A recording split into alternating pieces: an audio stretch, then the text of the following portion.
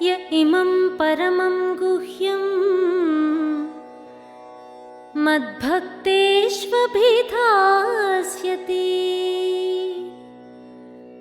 य इमं परमं गुह्यं मद्भक्तेष्वभिधास्यति।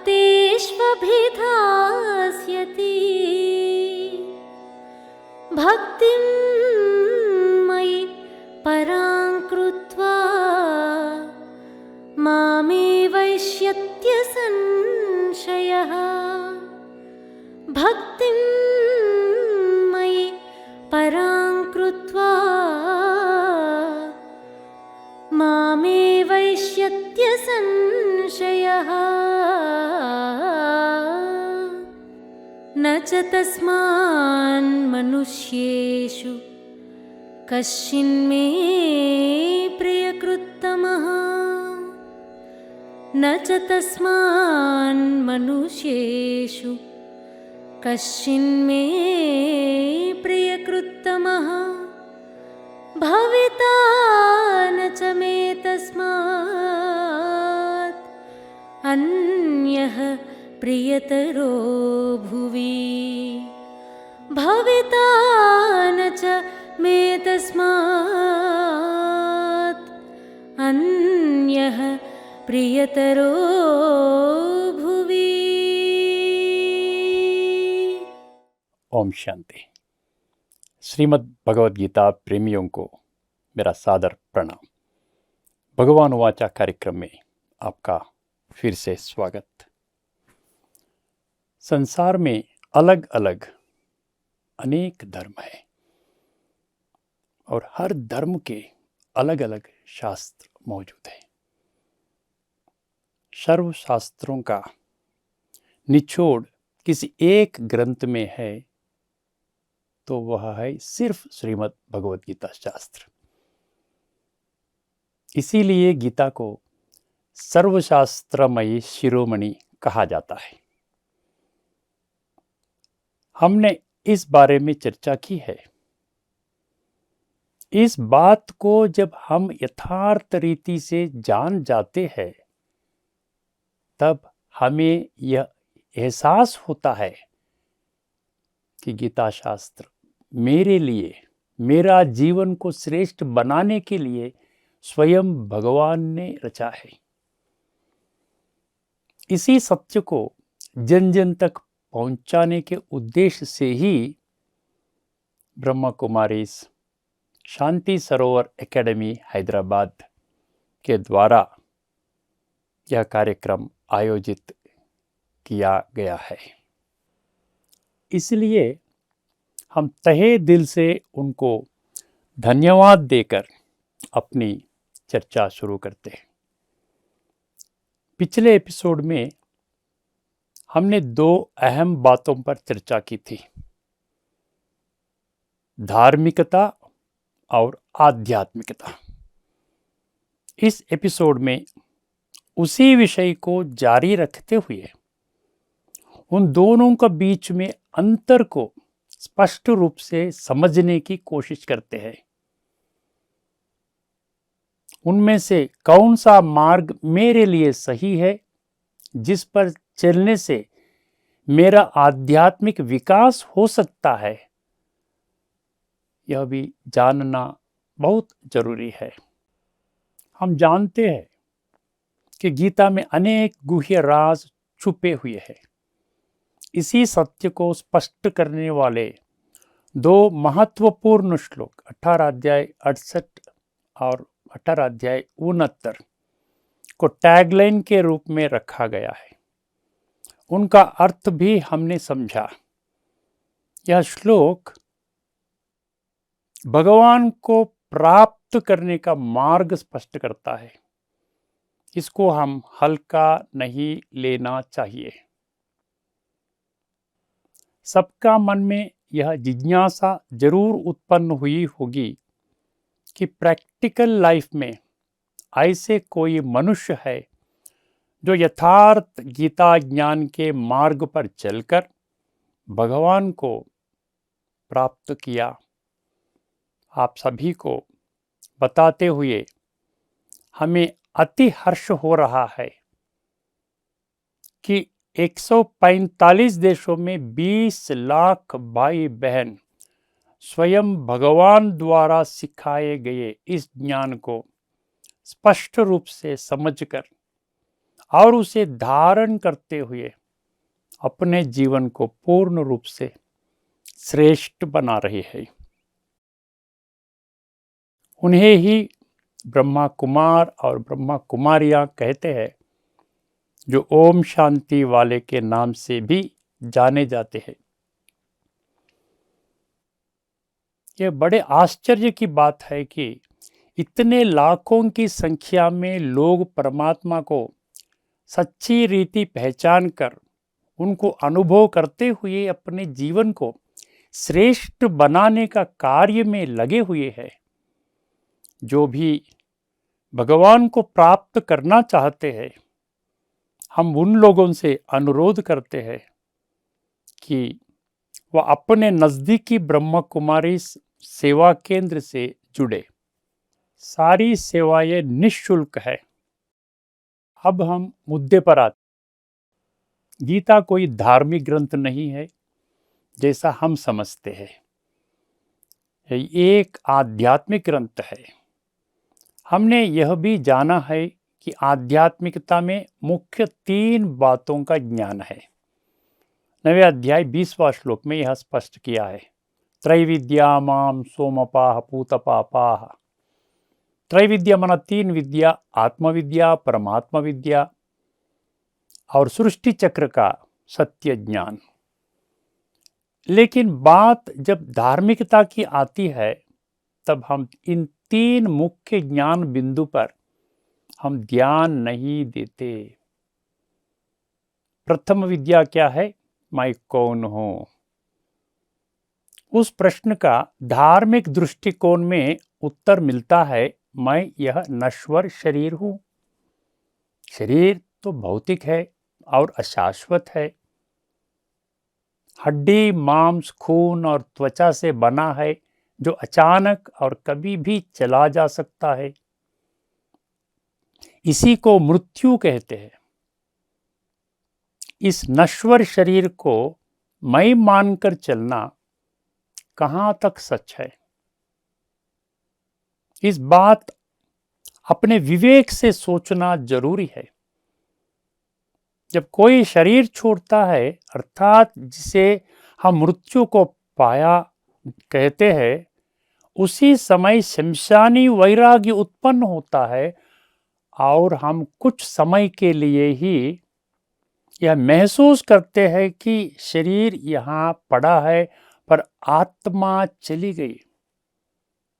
उस समय आत्मा की बात उठाते हैं, परंतु यह सत्य हम शमशान घाट के बाहर आते ही भूल जाते हैं। क्या इस तरह जीना ठीक है? इस बात को अपने सद्विवेक से समझना जरूरी है। दूसरी विद्या, एक ओर से हम कहते हैं कि भगवान ये कहे, त्वमेव माता च पिता त्वमेव, हेवनली गॉड फादर, अल्लाह अकबर, एक ओंकार। और दूसरी ओर इस सत्य को भूलकर हम क्या कहते हैं? 33 करोड़ देवी देवताओं को भगवान कहते, धर्म पिताओं को भगवान कहते, साधु संत ऋषि मुनियों को भी, महात्माओं और पुण्यात्माओं को भी भगवान मानने लगते हैं। वर्तमान समय हमें देखने में आता है कि मनुष्यों के नाम के आगे भी भगवान की टाइटल रखते हैं। इससे यह स्पष्ट होता है कि हमको उस एक परम सत्य अर्थात भगवान का यथार्थ सत्य परिचय नहीं है। और अब तीसरी विद्या पर आते हैं, यह सृष्टि चक्र का विद्या।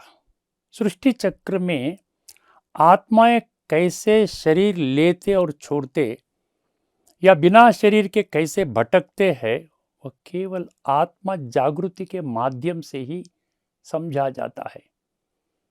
आत्मा की उपेक्षा करना और यह सोचना कि मैं शरीर हूं और 100% समय, धन और शक्तियां केवल शरीर के देखभाल के लिए खर्च करना कितना उचित है। संस्कार परिवर्तन से ही संसार परिवर्तन, यह एक प्राथमिक आध्यात्मिक सिद्धांत जो गीता सिखाती है। संस्कारों को बदलने के लिए आत्मज्ञान अति आवश्यक है। इसकी उपेक्षा करना अर्थात दिन प्रतिदिन बुराई को बढ़ावा देना। लेकिन आश्चर्य की बात यह है कि एक ओर हम धार्मिक मार्ग पर चलते हैं और दूसरा ओर आध्यात्मिक शब्द का भी प्रयोग करते हैं। जैसे आध्यात्मिक शास्त्र कहते हैं, आध्यात्मिक गुरु, आध्यात्मिक सत्संग, आध्यात्मिक संगठन, आध्यात्मिक ग्रंथ। कहने का तात्पर्य यह है कि धार्मिकता और आध्यात्मिकता दोनों परस्पर भिन्न है। दोनों को एक समझना अज्ञान है। धार्मिक और आध्यात्मिक, ये दोनों का दृष्टिकोण के बीच में रात और दिन का अंतर है।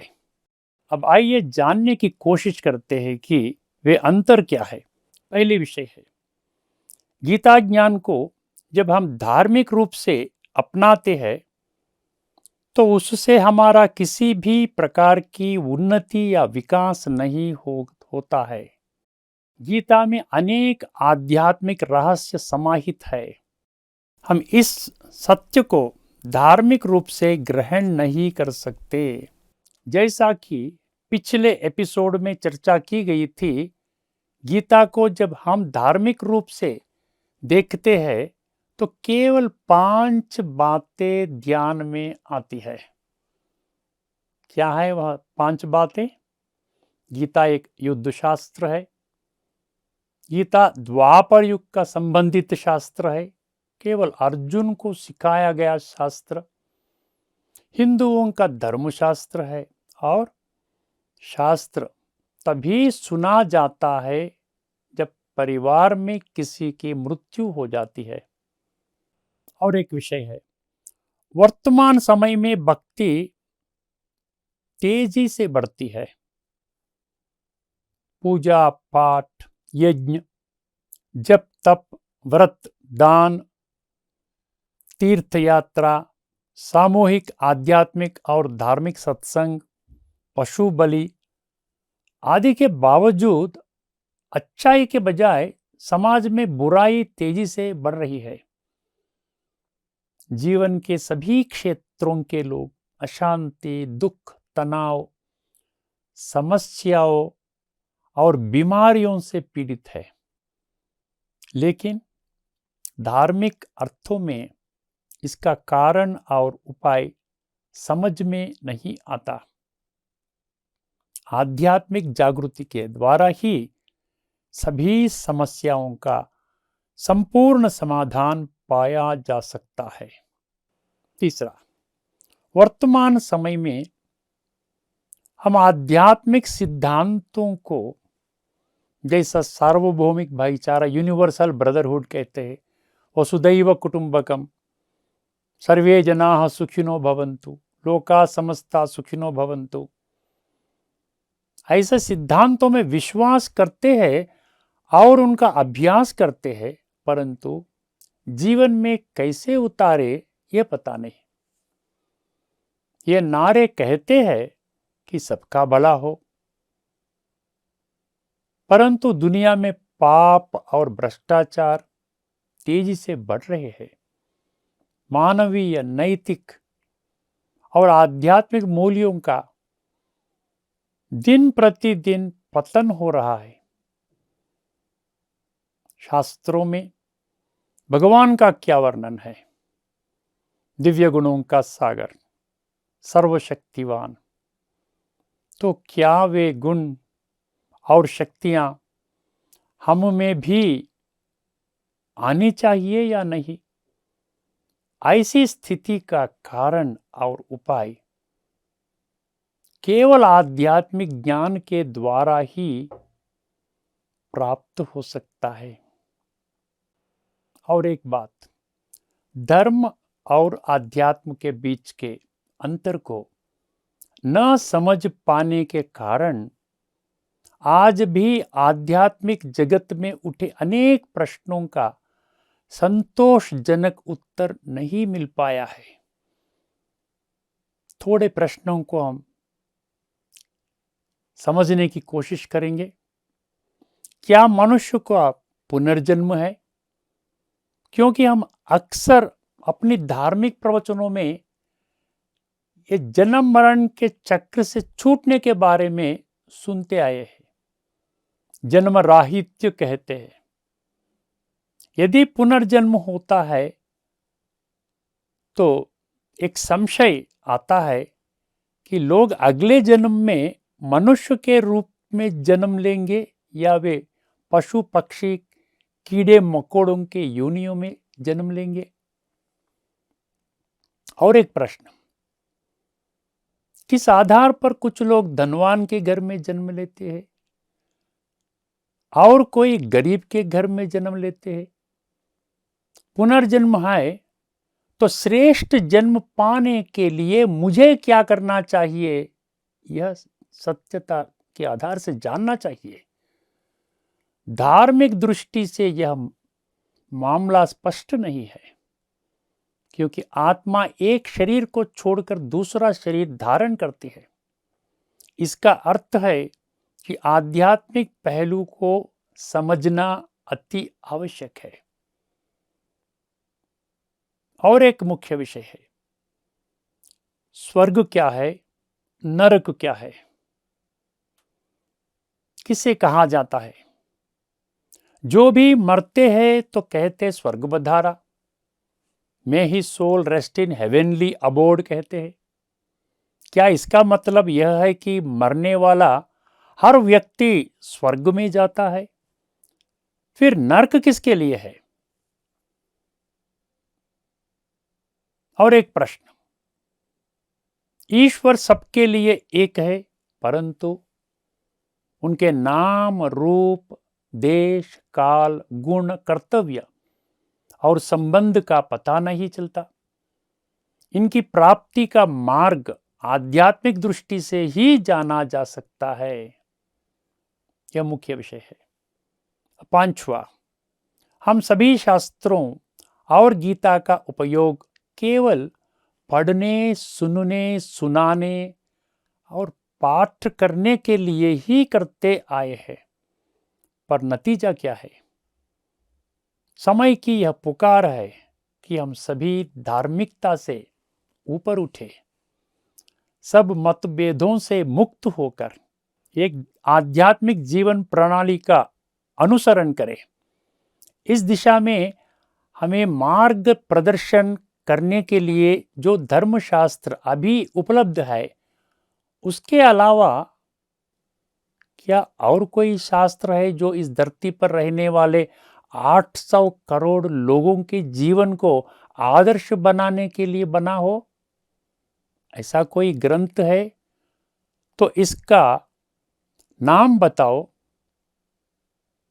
बुद्धि नेत्र खोलने से पता लगता है गीता के अलावा और कोई शास्त्र नहीं है। वर्तमान समय सभी लोग ईश्वर में तो विश्वास करते हैं, परंतु आश्चर्य की बात यह है कि वे स्वयं भगवान गीता द्वारा उच्चारे 574 श्लोक जो भगवान उवाचा उसको अस्वीकार करते हैं। हिंदी में एक शब्द कहा जाता है, गीता को मानते लेकिन गीता की नहीं मानते। ये को और की, इस बीच के अंतर पर ध्यान दें।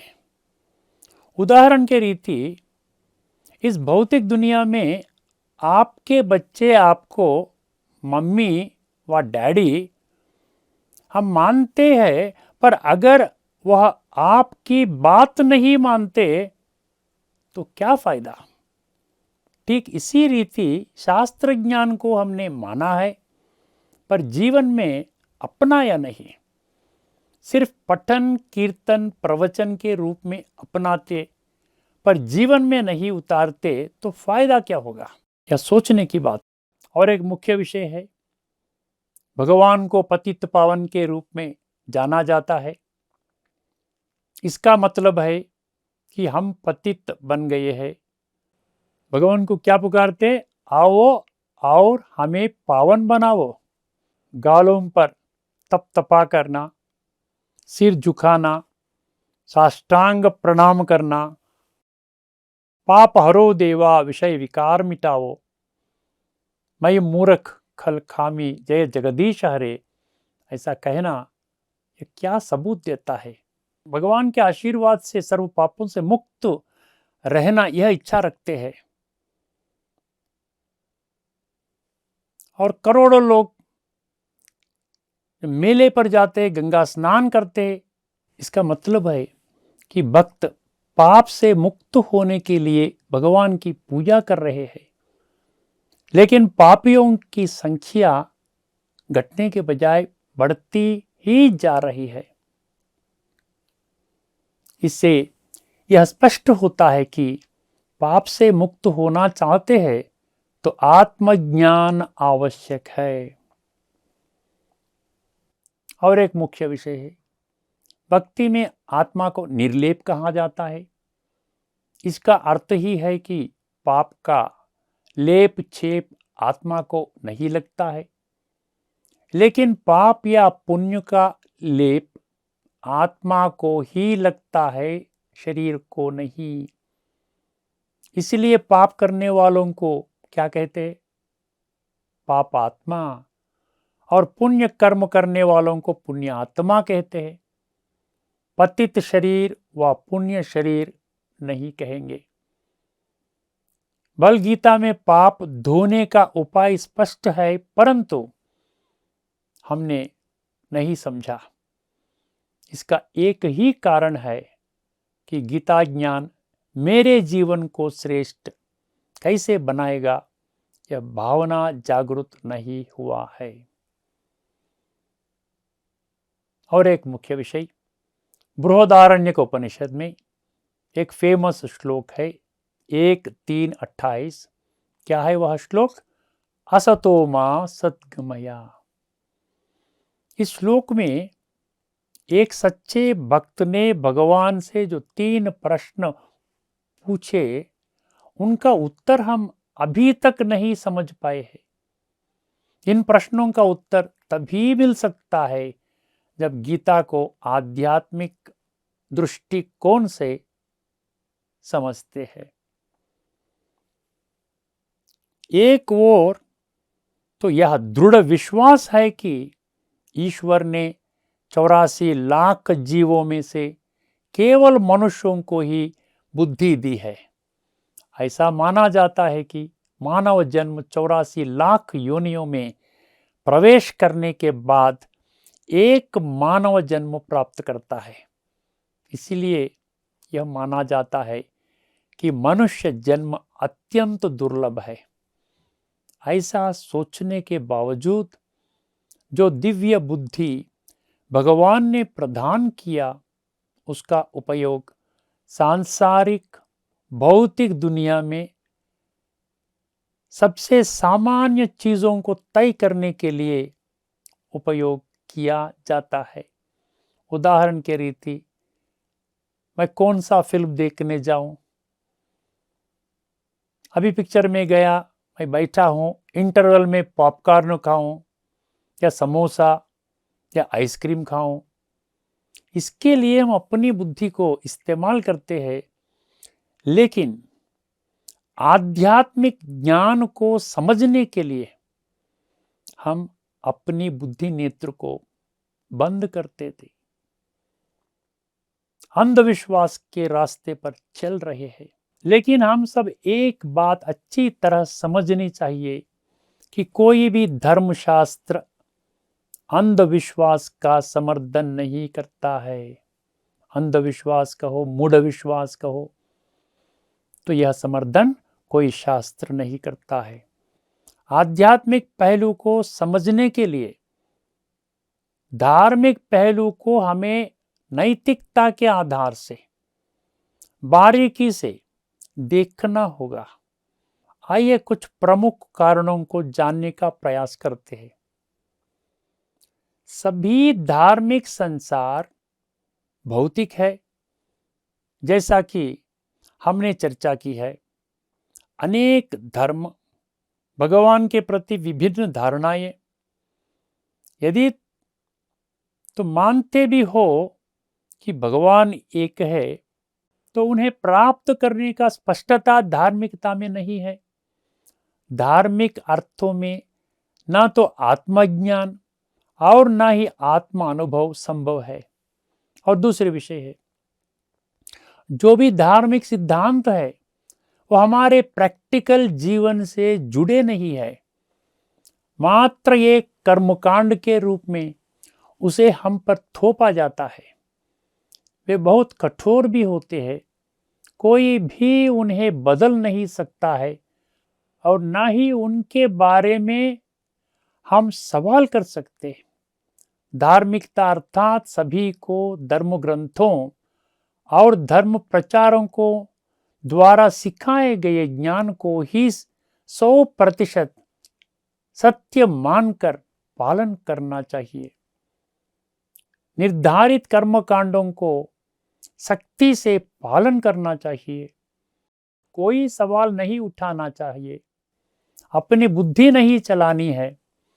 इसका मतलब है कि धर्म एक अंधविश्वासी प्रणाली है। अभी हम आध्यात्मिक दृष्टिकोण चर्चा करते हैं। आध्यात्मिक ज्ञान आत्मा की उन्नति की ओर ले जाता है। आप आध्यात्मिक दुनिया में जितना ऊंचा जाना चाहते हैं जा सकते हैं। यहाँ अंधविश्वास के लिए कोई जगह नहीं है। ईश्वर ने हमें बुद्धि से हर बात का विश्लेषण करने की शक्ति दी है। 10वां अध्याय 32वां श्लोक में हमने चर्चा की, वादः प्रवदतामहम्, तो डिबेट करके आप सच्चाई को जानो, ऐसा कहा। गीता के श्लोक 7वां अध्याय 2 श्लोक में एक अद्भुत गहराई विषय स्पष्ट किया है। इसमें भगवान कहता है, मैं संपूर्ण ईश्वरीय ज्ञान देता हूँ, ज्ञान को जीवन में उतारने का शक्ति भी देता हूँ, विजडम भी देता हूँ।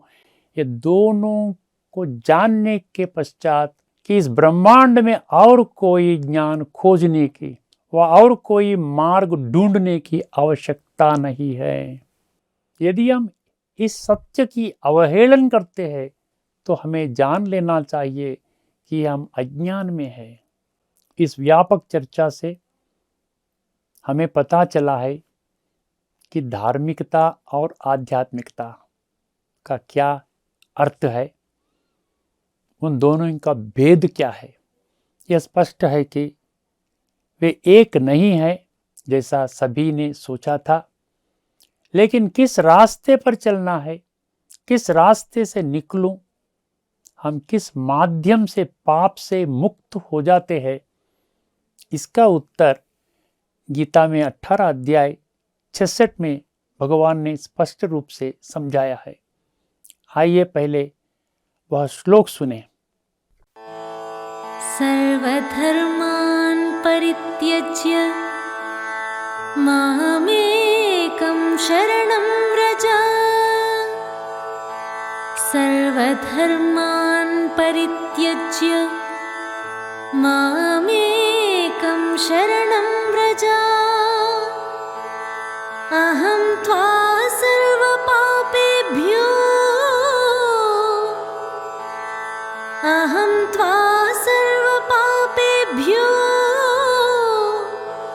मोक्षयिष्यामि मा शुचः।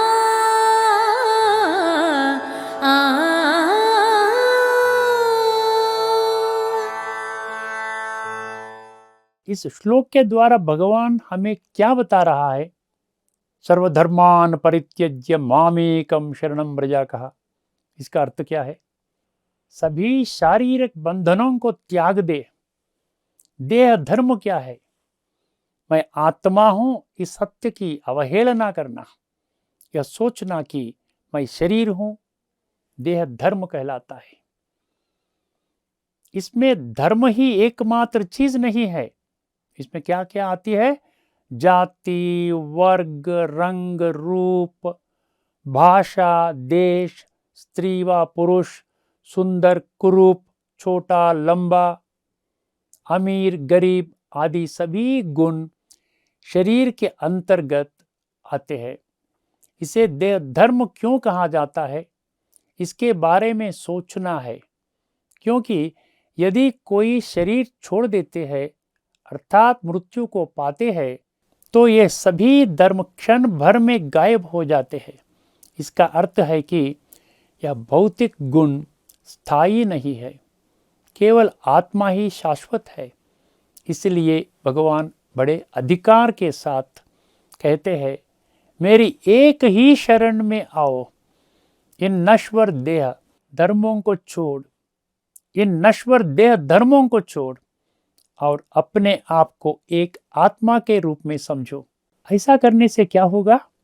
भगवान वादा करता है, आत्मा में जो भरा हुआ संचित पापों को मैं भस्म कर दूंगा, अर्थात मैं पापों से मुक्त कर दूंगा। चिंता मत करो, यह भगवान का सच्चा वादा है। हमने इस सच्चाई को नज़रअंदाज कर दिया है, क्योंकि हमारे पास आध्यात्मिक ज्ञान की स्पष्टता नहीं है।